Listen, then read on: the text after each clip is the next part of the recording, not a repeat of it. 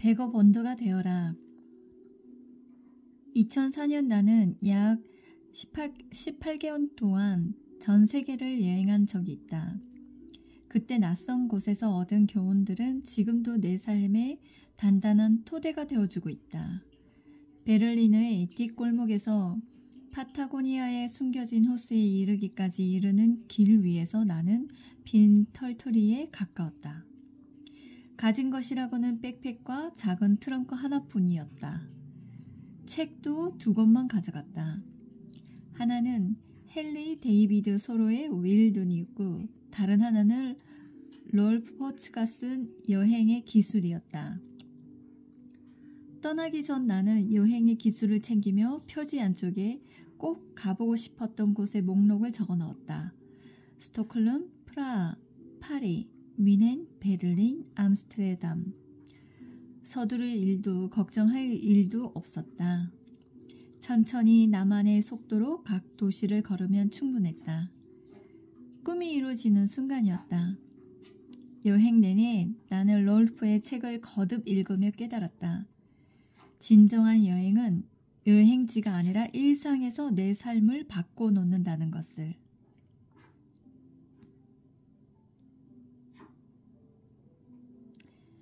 올리버 스톤 감독의 윌스트리트라는 영화에는 주식 중개인으로 일하는 야심찬 청년이 나온다. 그는 여자친구에게 자신의 꿈에 대해 이야기한다. 난 30이 되기 전에 돈을 잔뜩 벌어 이 바닥을 떠날 거야. 모터사이클을 사서 중국 일주를 할 거야. 나는 이 장면을 보다가 너무 놀란 나머지 자리에서 벌떡 일어날 뻔했다. 누구라도 8개월 정도 일하면 중국 여행을 할 만큼의 돈을 벌 수 있다. 그런데 이게 30이 되기 전에 꼭 이루고 싶은 꿈이라고? 아니 왜 관객들은 이 청년의 말에 나처럼 놀라지 않는 거지? 내가 자리에서 벌떡 일어날 뻔했던 건 이런 의문 때문이 아니었다. 나 역시 아무렇지도 않게 다른 관객들과 같이 그 청년의 말에 고개를 끄덕이고 있었던 것에 순간 깜짝 놀랐던 것이다. 그렇다. 우리는 놀라지 않는다. 우리에게 여행이란 짧고 열광적인 경험일 뿐이다. 벌어들이는 돈 모두를 아주 모호한 개념의 인생 시스템에 끊임없이 쏟아붓는 사람에게 여행이란 그저 큰맘 먹고 사는 비싼 옷이나 가구와 같은 것이다. 나는 이 책을 쓰면서 이른바 세상에서 가장 큰 성공과 혁신을 거둔 인물들을 만나보았다. 그들과 함께 대화하고 산책하고 식사를 하고 회의를 하면서 알게 된 사실들 중 하나는 그들은 대부분 100억 원더였다는 것이다. 잠시 머리를 식히기 위해 여름 휴가를 떠나는 여행이 아닌 더 긴 시간을 들여 더 깊이 관찰하며 세상을 걷는 여행 전통인 100억 원딩의 삶을 실천하는 사람들이었다. 100억 원딩은 일상에서 최소한 6주 이상 벗어나 여행을 한다는 뜻을 갖고 있다.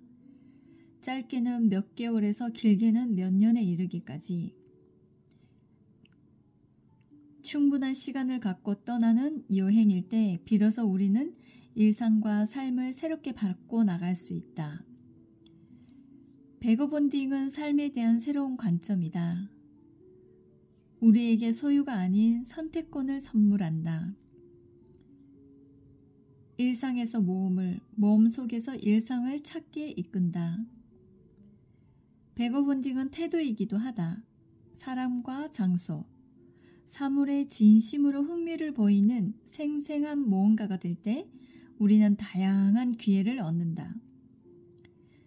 100억 원딩은 인생의 확실함을 느슨하게 만들 수 있는 용기를 낸다는 뜻이다. 100억 원딩에 적당한 때란 없다. 상황이 운명을 결정해 주기를 기다리지 않고 바로 지금 시작하는 것이다. 실제로 비행기를 타고 떠나는 시간이 몇 달 또는 몇 년 후래라도 상관없다. 즉시 돈을 모으고 가능성으로 가득한 세계 지도를 펼치는 순간 인생이 바뀌는 베거본딩이 시작된다. 베거본딩은 불확실함에 대처하는 능력을 길러준다. 인생과 세계관을 바꿈으로써 우리가 이 세상에 온 근본적인 이유에 더욱 초점을 맞출 수 있게 해준다. 베거본딩은 더 이상 각종 예방주사를 맞거나 캐리어를 챙기는 것이 아니다. 세상을 정면으로 바라보고 두려움과 마주하고 습관을 바꾸고 새로운 사람과 새로운 공간에서 창의적인 관심과 흥미를 갖고 나가는 일이다. 생각해보라. 이보다 더 멋진 성공 비결이 또 있을까? 흔히 베거본딩을 위해서는 충분한 시간, 충분한 경비, 일상으로의 무사한 복귀가 선결 조건이라고 생각한다. 그래서 우리는 수십 년째 떠나지 못하고 있다. 맞바람에 개눈 감추듯 쏜살같이 떠나갔다가 쏜살같이 복귀하는 삶에서 벗어나지 못하고 있다.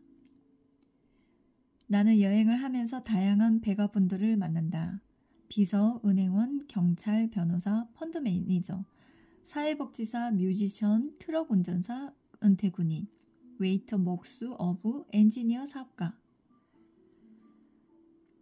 그들은 어떻게 충분한 시간과 돈을 확보했을까? 세상이 자신의 장기간 공백을 받아주지 못할 수도 있다는 두려움을 어떻게 극복했을까? 장기간 여행을 떠났다는 이유로 직장에서 해고당하고 굶어 죽고 팔자 좋은 배짱이라는 조롱을 당해야 한다면 아마도 세상은 베가본드들 때문에 심각한 위기에 빠졌을 것이다. 하지만 알다시피 그런 일은 없었다. 오히려 세상은 베가본드들의 글과 책, 강연, 영상, 이야기에 더욱 귀 기울인다. 이는 베가본드들이 끊임없이 지속되어 온 낡은 무엇인가를 멈추고 새로운 인생 기술들을 배워왔다는 증거다. 진정한 여행을 통해 우리는 근본적인 깨달음을 얻게 된다. 내 안에 뭔가를 그만두어야만 뭔가가 다시 시작된다는 것을. 타임지 기자를 거쳐 세계적인 여행 작가가 된 피코 아이어는 그만두는 것에 대해 이렇게 말했다. 그것은 포기가 아니라 다음으로 넘어간다는 뜻이다. 뭔가가 당신을 수긍하지 않아서가 아니라 당신이 뭔가에 수긍할 수 없어 방향을 바꾸는 것이다. 불평불만이 아니라 긍정적인 선택이고 인생 여정의 종착역이 아니라 더 나은 방향으로 가는 걸음이다. 직장이든 습관이든 그만둔다는 것은 꿈을 향한 방향으로 나아가기 위한 아름다운 선회다.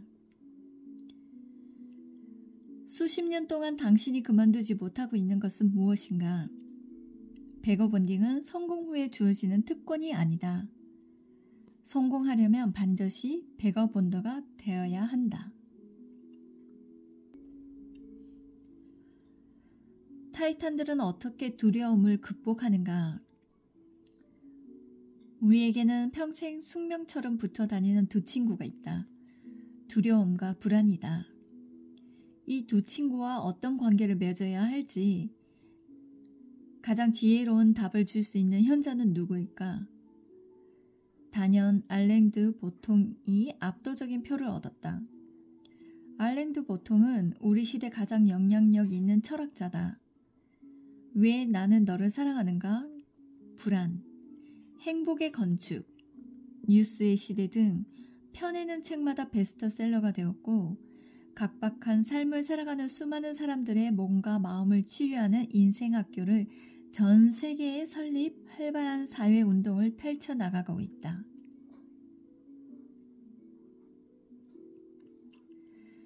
알랭은 우리가 두려움과 불안을 벗어나지 못하는 이유에 대해 이렇게 설명한다. 당신의 삶을 너무 타인에게 맡기고 있기 때문이다. 당신이 진정 원하는 곳과 향하는 곳을 알면 타인의 중요성은 뚜렷하게 약해진다. 당신이 걷고 있는 길이 모호할수록 타인의 목소리와 주변의 혼란, 소셜미디어의 통계와 정보 등이 점점 커지면서 위협적으로 다가온다. 알랭은 또 진정한 성공이란 평화로운 상태에 놓이는 것이라고 설명한다. 평화로운 상태를 얻으려면 주체의 삶을 회복하고 타인이 나를 이해하고 받아주기를 바라지 않아야 한다. 어떤 사람이 자신을 완전히 이해하지 못한다면 당신에게 화를 낸다고 해보자. 그의 얼굴을 천천히 살펴보라. 그는 당신의 이해 부족 때문에 화를 내고 있는 거 아니다. 이해받지 못하고 있다는 자신의 불안 때문에 당신에게 못되게 구는 것이다. 대부분의 화와 불안, 두려움은 이런 식으로 세상에 존재한다. 그러니 당신은 타인의 반응보다는 자기 자신의 반응을 더 깊이 살펴야 한다. 타인에게 상처받는다는 건 결국 자신에게 상처받는다는 말이 다름 아니다. 알랭은 계속 조언한다. 불안에서 벗어나는 가장 좋은 방법은 지금 이 순간의 좋은 일에 감사하는 것이다. 모든 것은 끝이 있고 모든 것은 사라진다는 것을 알아차려야 한다. 규칙적으로, 의도적으로 잠깐씩 멈춰서서 그 사실을 즐길 줄 알아야 한다. 들에 핀 꽃을 보고 탄성을 지르면 사람들은 당신을 패배자라고 손가락질할지도 모른다. 지금 꽃을 보고 감탄할 시간이 있느냐고, 원대한 꿈은 없느냐고, 야망이 그밖에 안 되느냐고 말이다. 하지만 경험을 더 쌓고 시련의 파도를 넘다 보면 언제부턴가 꽃 한 송이, 아름다운 구름, 모두에게 친절한 미소를 날리는 평화로운 아침 같은 일상의 사소함에 대해 생각하게 된다. 운명의 여신은 우리에게 무엇이든 할 수 있다. 인간은 그만큼 나약한 존재다. 해고에 대한 불안, 신체의 질병, 경제적 압박 등 조금만 상황이 틀어져도 우리는 쉽게 무너진다. 아주 약간의 좌절만으로도 그렇게 된다. 따라서 이 같은 나약함을 담담하게 받아들이고 별 큰일 없이 무탈하게 지나가는 하루에 진심을 다해 감사할 때 극복의 길이 열린다. 감사야말로 불안과 두려움을 보내오는 운명의 여신에게 맞설 수 있는 인간의 가장 효과적인 무기다. 명상가 샘 해리스 또한 두려움을 사라지게 하는 간단한 방법으로 맑은 하늘을 이용할 것을 권유한다. 이는 많은 타이탄들이 효과를 얻고 있는 방법이기도 하다. 그는 이렇게 말한다. 족첸을 아는가? 이는 티베트 불교의 최고 수행법이다. 두려움이나 불안이 엄습해할 때는 눈을 뜬 채 맑은 하늘과 지평선 너머를 쳐다본다. 그러면서 현재 경험하고 있는 것에 아무 판단 없이 주의를 기울여 보라. 머리가 맑아지고 고개를 푹 숙이고 있을 때의 감정들이 사라지고 있음을 목격하게 될 것이다. 불안과 두려움에 대해 인상 깊은 깨달음을 준 또 다른 인물은 케빈 코스터너다. 그는 평단의 찬사와 함께 혁신적인 스토리텔러로 평가받는 세계적인 영화 배우다. 무명이었던 젊은 시절의 어느 날 그는 낡은 픽업 트럭을 몰아 한 작은 지역 극장에서 열리는 오디션에 참가하고자 달리고 있었다. 그런데 일순간 속도가 갑자기 140km까지 치솟았다. 브레이크는 말을 듣지 않았고 꼬리에 꼬리를 문 차량들의 브레이크 등 불빛이 점점 크게 다가왔다.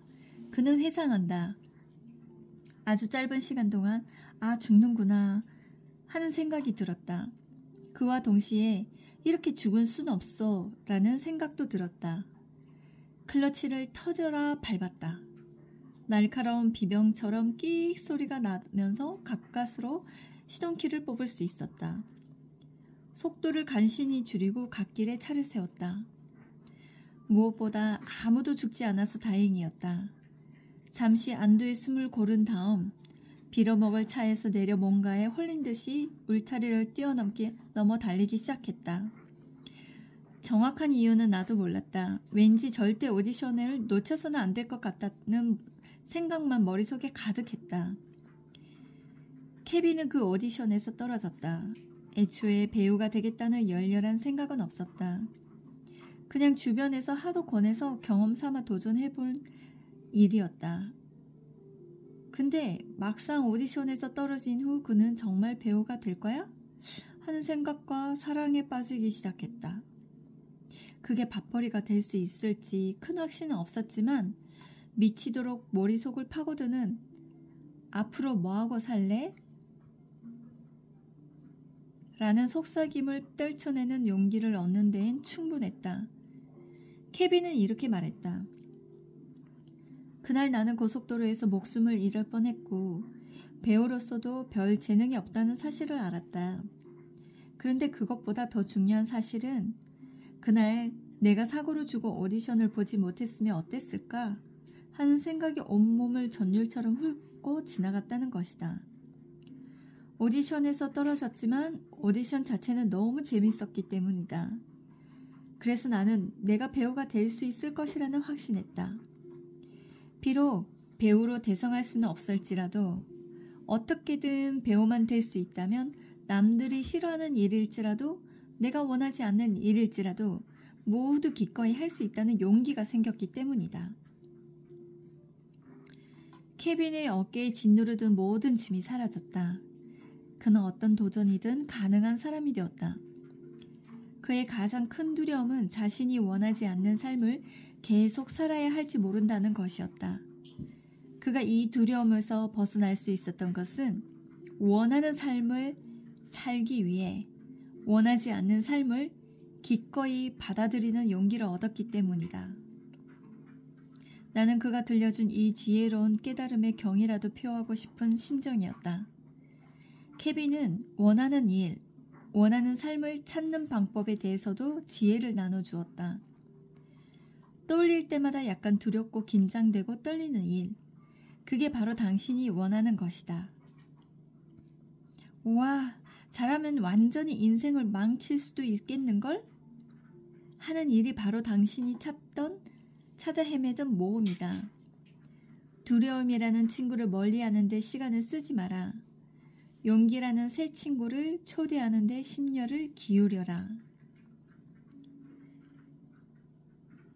화재를 진압하는 것뿐만 아니라 심해 탐색 로프 및 라펠 구조 작업, 열차 사고 현장에서도 파견되는 샌프란시스코 레스큐 2팀의 캐롤라인 폴은 최고의 여성 소방관이다. 레스큐 2팀 역사상 최초로 화재 현장에 투입된 여성 소방관이자 루지 부무 미국 올림픽 대표팀 선발전에서도 참가했던 그녀 역시 한때 둘째가라면 서러워할 겁쟁이였다. 그런데 어떻게 세상에서 가장 용감한 인물이 될 수 있었을까? 아직 자신의 미래를 결정하지 못했던 시절, 캐롤라인은 무엇보다 두려움을 극복하지 못하면 자신이 앞으로 무슨 일을 하든 간에 한 발자국도 못 나갈 것이라는 사실을 잘 알았다. 그래서 그녀는 평범한 사람을 상상도 못할 일을 벌였다.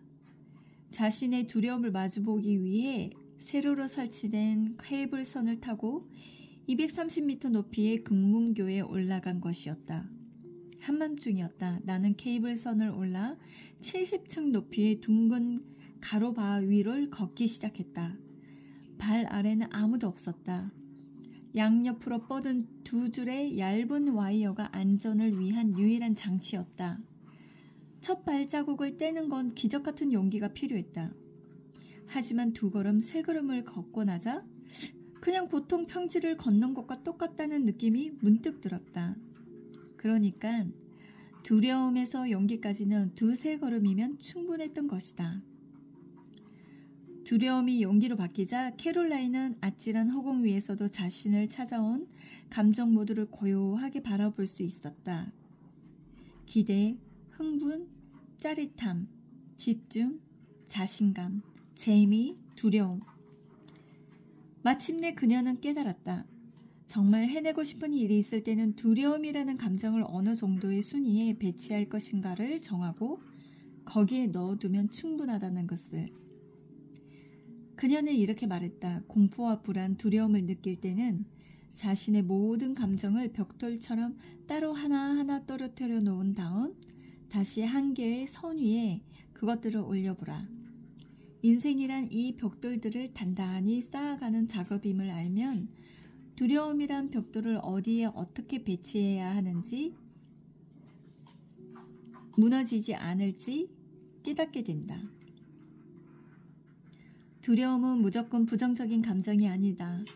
반드시 부수고 없애야 할 벽돌도 아니다. 적당한 순위에 재배치된 두려움은 우리의 안전하게 이끈다. 안전하면서도 근사하고 멋진 집을 짓고 싶다면 두려움을 어떻게 쓸지를 자연스럽게 알게 된다. 캐롤라인과 대화를 나누던 나는 문득 커피잔을 내려놓다가 테이블 위에 새겨진 작가 아나이스 닌의 글을 발견하고는 크게 고개를 끄덕였다. 인생은 용기의 양에 따라 줄어들거나 늘어난다.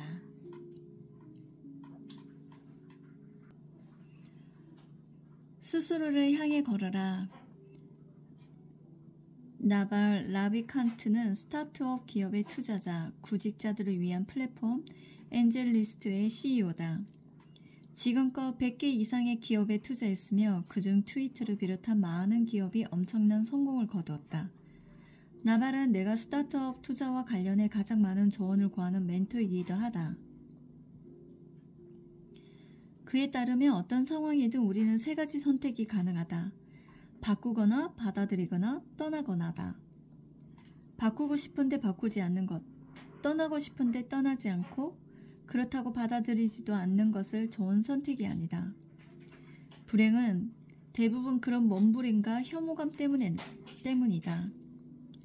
나발이 마음속으로 가장 많이 외치는 말은 받아들여라다. 약간은 의외였다. 나발 같은 투자 전문가에게는 바꾸거나 떠나거나와 같은 적극적인 선택권이 더 어울리지 않는가? 받아들인다는 것은 뭔가 정체되었다는 느낌이다. 하지만 그는 고개를 젓는다. 뭔가를 바꾸고 어디론가 떠나기에는 시간이 너무 없다는 것이다.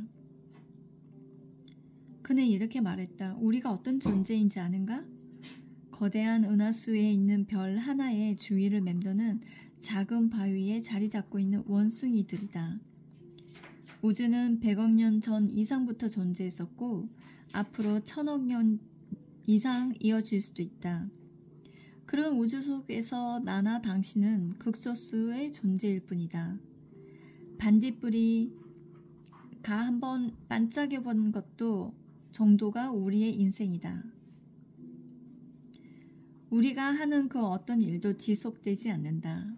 언젠가 우리가 한 일도, 우리 아이들도, 생각들도 사라질 것이다. 이 지구도 태양도 전부. 그러니 그냥 앉아서 나를 중심에 놓고 조금씩 눈만 돌리는 게 가장 행복한 자세다. 무엇인가를 받아들인다는 것은 어딘가를 향해 떠날 때 필요한 모든 짐을 내려놓는다는 뜻이다.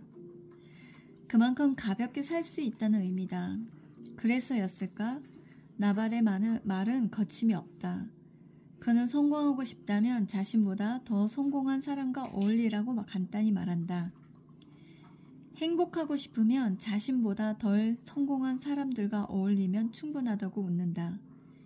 이처럼 자신을 중심에 놓고 세상 일을 받아들이기 시작하면 문제들은 작고 단순해진다. 나발에게 참된 행복의 정의는 내가 그곳으로 가는 것이 아니라 그곳이 나에게 오게 하는 것이다 라고 그는 말한다. 너무 힘에 겪거나 바꾸기에는 너무 시간이 오래 걸리거나 간단하게 여겨지지 않는 것에는 흥미를 갖지 말라. 그러면 당신은 빠른 속도로 행복해진다.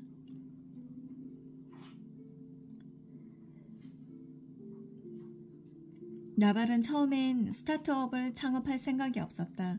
하지만 그가 일하던 실리콘밸리에서는 언젠가는 자기 회사를 차리는 게 아주 자연스러운 현상이었다.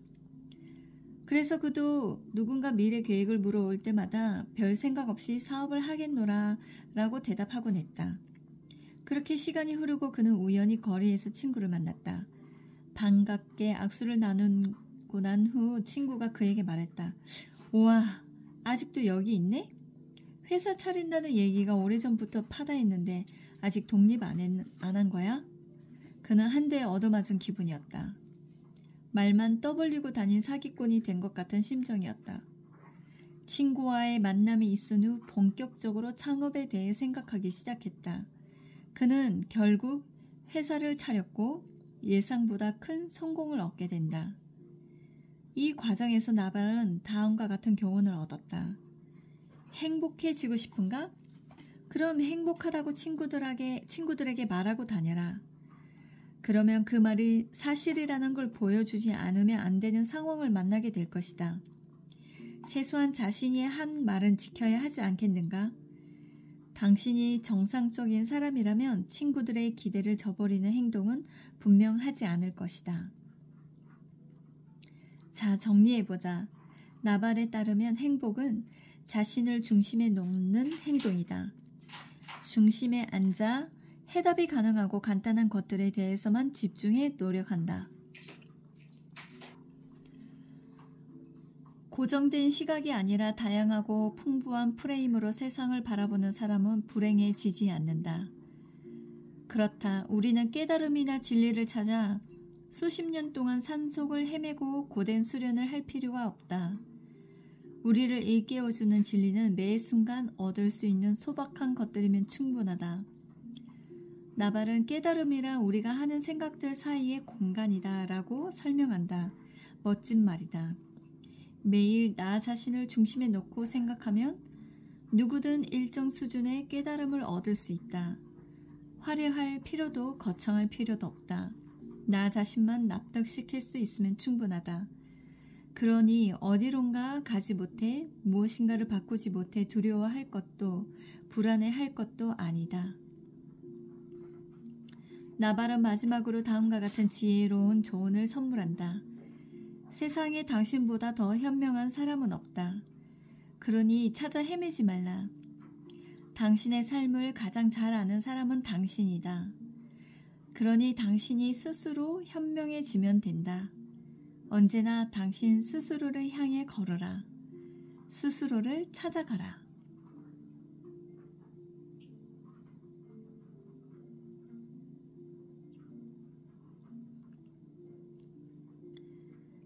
무엇을 하든 진짜 모습으로 하라.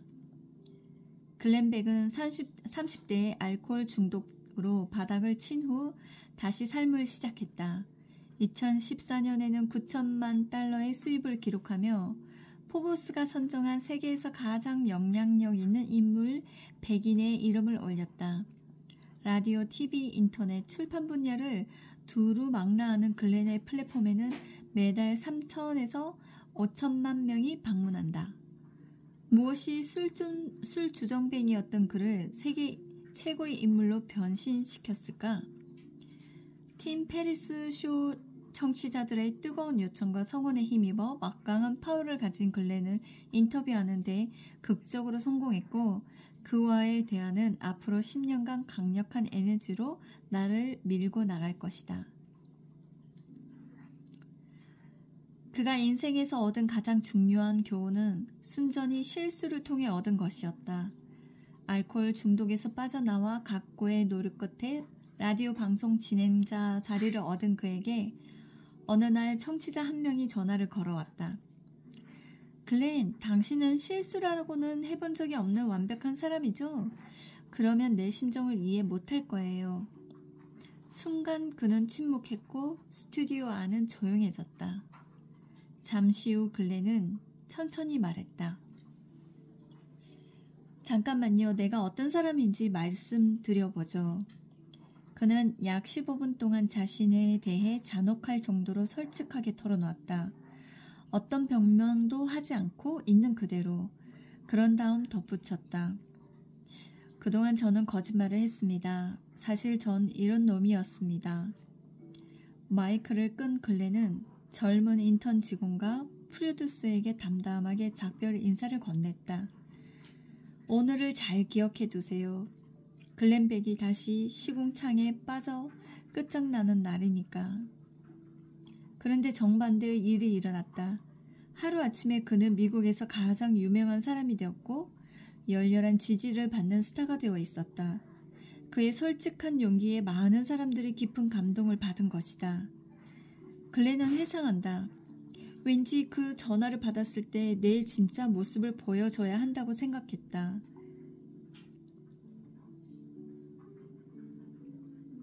알코올 중독자에다가 우울증 환자로 세상을 저주하며 젊은 시절을 보냈던 일들을, 그래서 얼마나 삐뚤어진 길을 비틀대며 걸어왔는지를 마치 고해성사를 하던 말이다. 나는 모든 것이 인위적으로 만들어지고 각본이 있고 완벽한 타이밍으로 제작되는 세상에서 살았다. 그래서 모두가 그런 시스템에 익숙할 줄 알았는데 아니었다.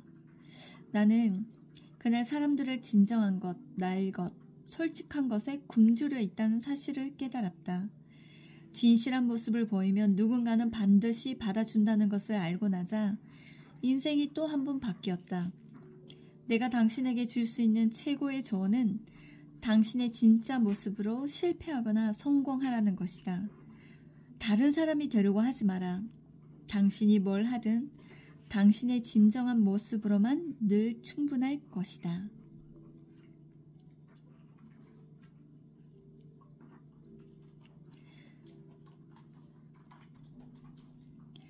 글렌은 진정한 모습을 사람에게 보여주려면 타협하지 않는 원칙을 가져야 한다고 설명한다. 그는 어린 시절 이웃의 한 노부인에게 얻은 가르침에 대해 이야기한다.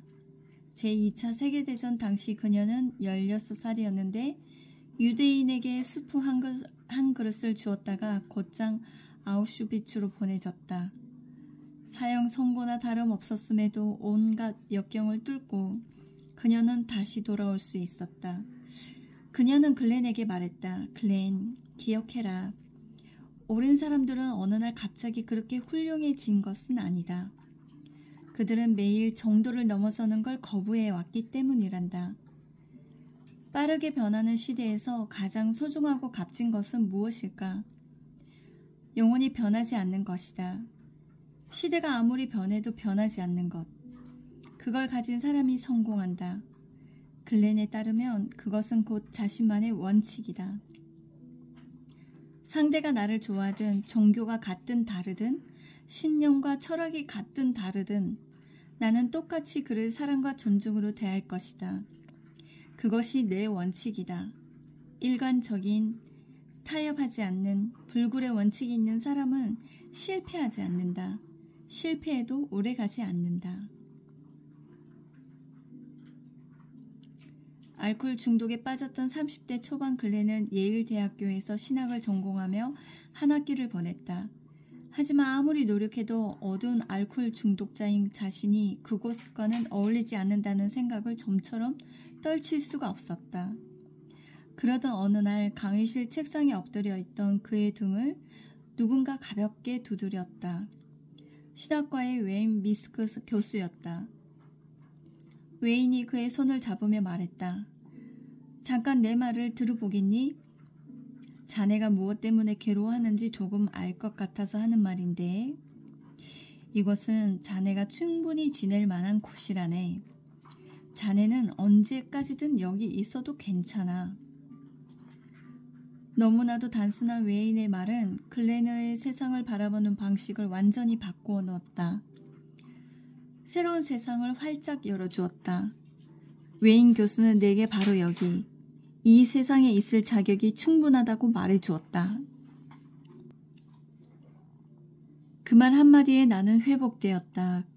그래서 똑같은 말을 시리에 빠진 사람들에게 해준다. 당신은 충분히 자격이 있고 똑똑하고 무엇이든 할 수 있다고.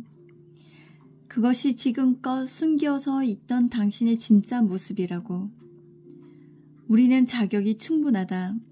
실패할 자격도 그것에서 벗어날 자격도 더 큰 행복과 성공을 얻을 자격도 있다. 글렌의 말처럼 신이 창조한 이 세상, 바로 여기에 우리는 얼마든지 자유롭게 있어도 된다. 하루하루를 옥죄는 가면을 벗고 자신의 진짜 모습으로 살아가는 길을 발견한 글렌은 토마스 제퍼슨의 명언을 평생의 가르침으로 새기고 살아간다. 신의 존재까지도 대담하게 질문하라. 만일 신이 정말로 있다면 맹목적인 두려움보다는 이성의 경의를 표하는 인간을 더 받아들일 것이다.